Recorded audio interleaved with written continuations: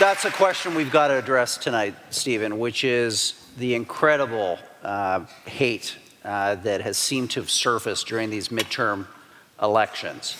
You know, you are the avowed architect of the Muslim travel ban in the United States. You participated in that. You are someone who the travel ban that was upheld by the Supreme Court of the United States. That travel ban? That travel ban. Okay, thank you. You are someone who's participated in rallies where your Democratic opponents are called evil, un-American. Are you really going to say to this audience tonight that all of that vitriol, all that hot populist rhetoric is not responsible for the spike that we've seen, and the numbers are real, in terms of political violence and even worse, white supremacist terror?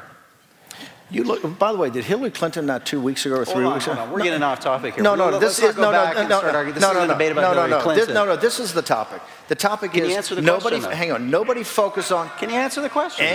No. Answer the question. There is no correlation between. Okay, there's no correlation. None. Explain. No, there's just no correlation between the rhetoric of our movement and what has gone on. The first individual was obviously mentally ill, right, for many, many decades. He had done this back in the 1990s. In the horrible tragedy in Pittsburgh with the massacre, thought Trump was too close to the Jewish people because he had moved our embassy to Jerusalem. He thought Trump was too pro the Jewish people in the United States. He thought he was too anti-BDS. This guy was a hardcore anti-Semite, okay? And someone hated the Jewish people. How can you lay that on Donald Trump? The rhetoric on the left is just as bad. The opposition party media will not report it. Please spare me, spare me, spare me. I just made a film called Trump and War. The first 5 minutes is a prologue. What I took is Don Lemon. I respect Don Lemon. I took Don Lemon's greatest hits when he looks into the camera and says, it's not Donald Trump's a racist, it's you're a racist, you're a xenophobe, you're a racist, the backers of Donald Trump. And I cut it with the footage of Antifa beating these people up. If you wear a red ball cap. And somebody said, where'd you get this footage? It's almost X-rated. I said, hey, this is shot by the cable networks. It's shot by people, it's just never played. It's always Trump's supporters that are the racists. It's always Trump's supporters that are the cause of all this. They never talk about Antifa. They never talk about the intimidation. Look at what happened to Ted Cruz. Look what happened to Mitch McConnell. Do not sit here and tell me that the left and the Democratic Party and the instigators like Hillary Clinton and Holder. Holder said when they go low, kick them. That's never mentioned. The violence that's brought up by the Democratic left is far worse than is brought up by our movement.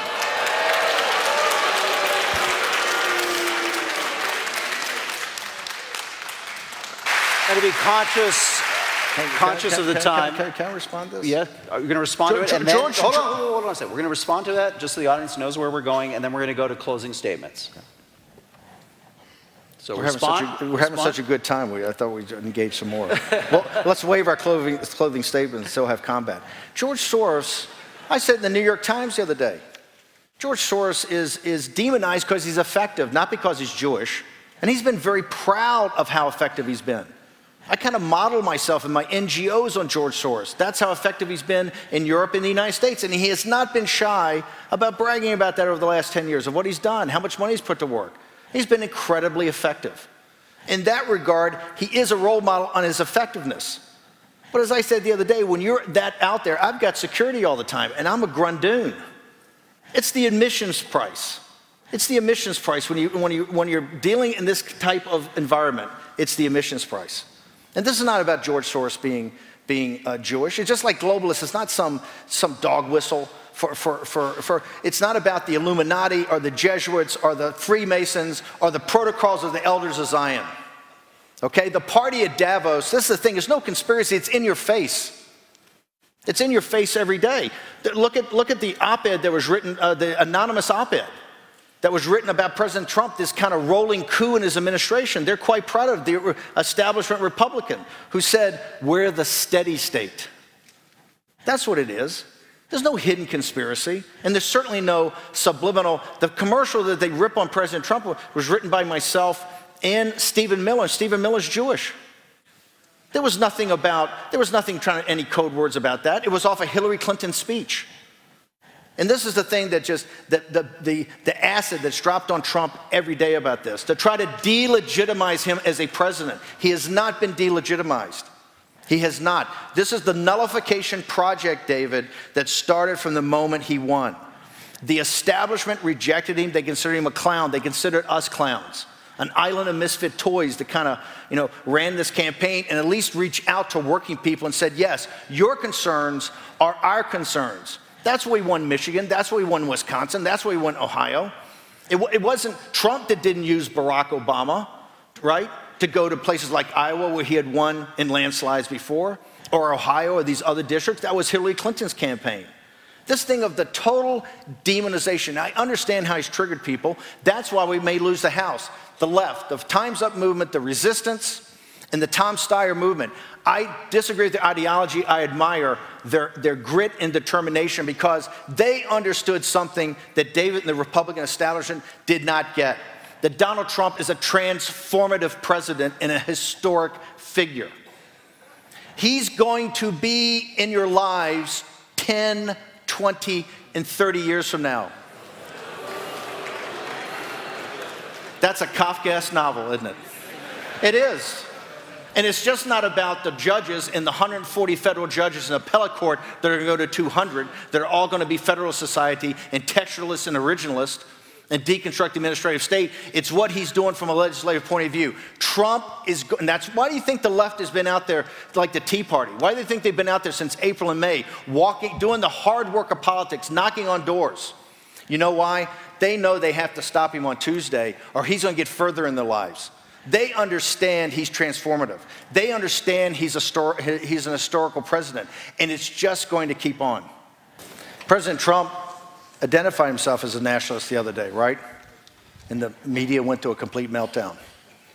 Judge President Trump and this populist movement, and the populist movement worldwide, judged by their actions. Hold them accountable. We're not perfect. People are trying to figure this out as they go, but I will tell you one thing. The little guy. This is about the little guy versus the elites. The little guy identifies with that, whether it's in Hungary, whether it's in Italy, whether it's in Brazil, whether it's in the United States of America.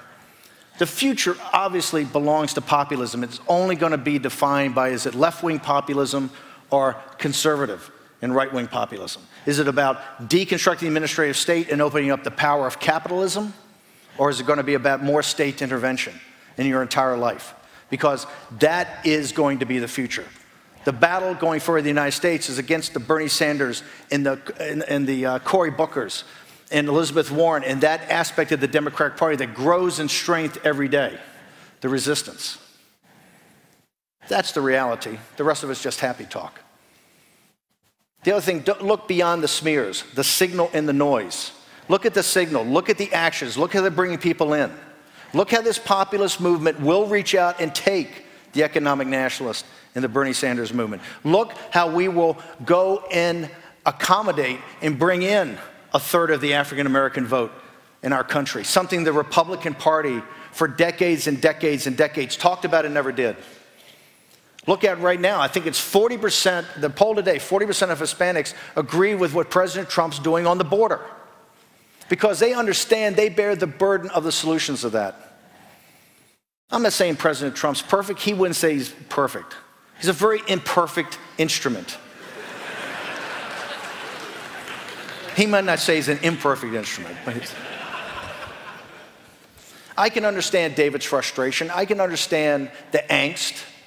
As one of the senior public intellectuals and leaders of the Bush administration, the traditional the Republican Party. Look at the 16 people that ran against President Trump in 2016, or the 14.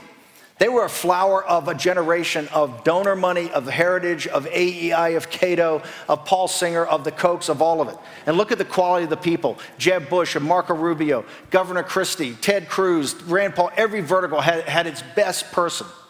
It was the strongest field in the history of the Republican Party. And Donald Trump cut through that like a sift through grass, right? Why? Because he talked about trade. He talked about this radical idea, a radical idea of free trade, particularly when you're going against a totalitarian, mercantilist society like China. He talked about the deindustrialization of our country. He talked about where people's lives are. He talked about what mattered. That's why he won. That's why he won the Republican primary, and that's why he beat Hillary Clinton. Our whole thing was to compare and contrast. You're the tribune of the people, and she is the guardian of a corrupt and incompetent elite, a permanent political class.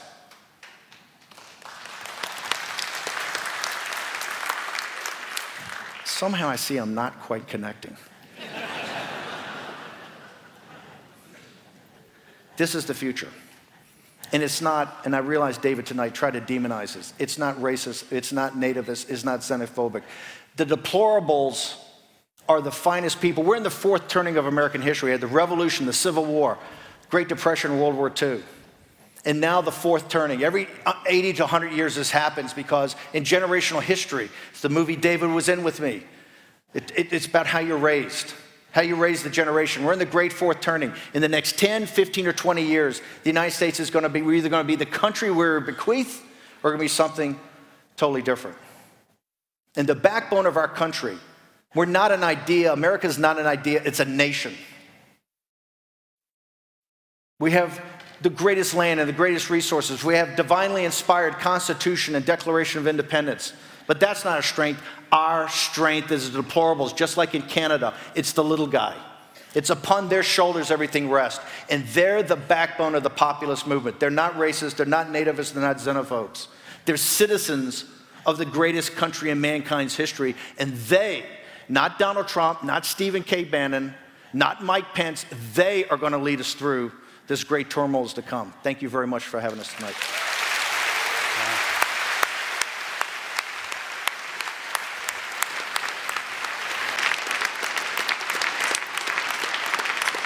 Finally, it just goes without saying that unfortunately there was a demonstration tonight. I understand possibly even one police officer was injured. So I think on behalf of all of us, we just thank the Toronto Police Services for everything that they've done this evening. Superb job, guys. Absolutely superb. Okay, we are now going to get to the point of tonight where we get to vote on this resolution for a second time and figure out how opinion has changed in this room as a result of the last hour and 40 minutes of captivating debate. So I'm going to open the question now, and we're going to allow you to use your clickers again. We're going to do the same thing we did last time. If you're in favor of the motion, be it resolved, the future of Western politics is populist, not liberal, press A or 1. If you're opposed to the motion, if you're against it, press 2 or B. While those votes are tabulating, let's just remind ourselves of where opinion in this hall started at the beginning of tonight's debate. If we can get those numbers up on the screen to see where we all started off. I think it was 28% in favor of the motion, 72% opposed, but we'll get those numbers up in a moment. And then we had a fairly large group of you in this hall that said that you could change your mind. I think slightly over 50% of people thought they could change their mind. So let's close the second vote on the resolution now. We're going to give it a few moments to that to tabulate, and then we're going to find out a really important live vote at this moment. How has opinion shifted in this hall? Can we see those results now?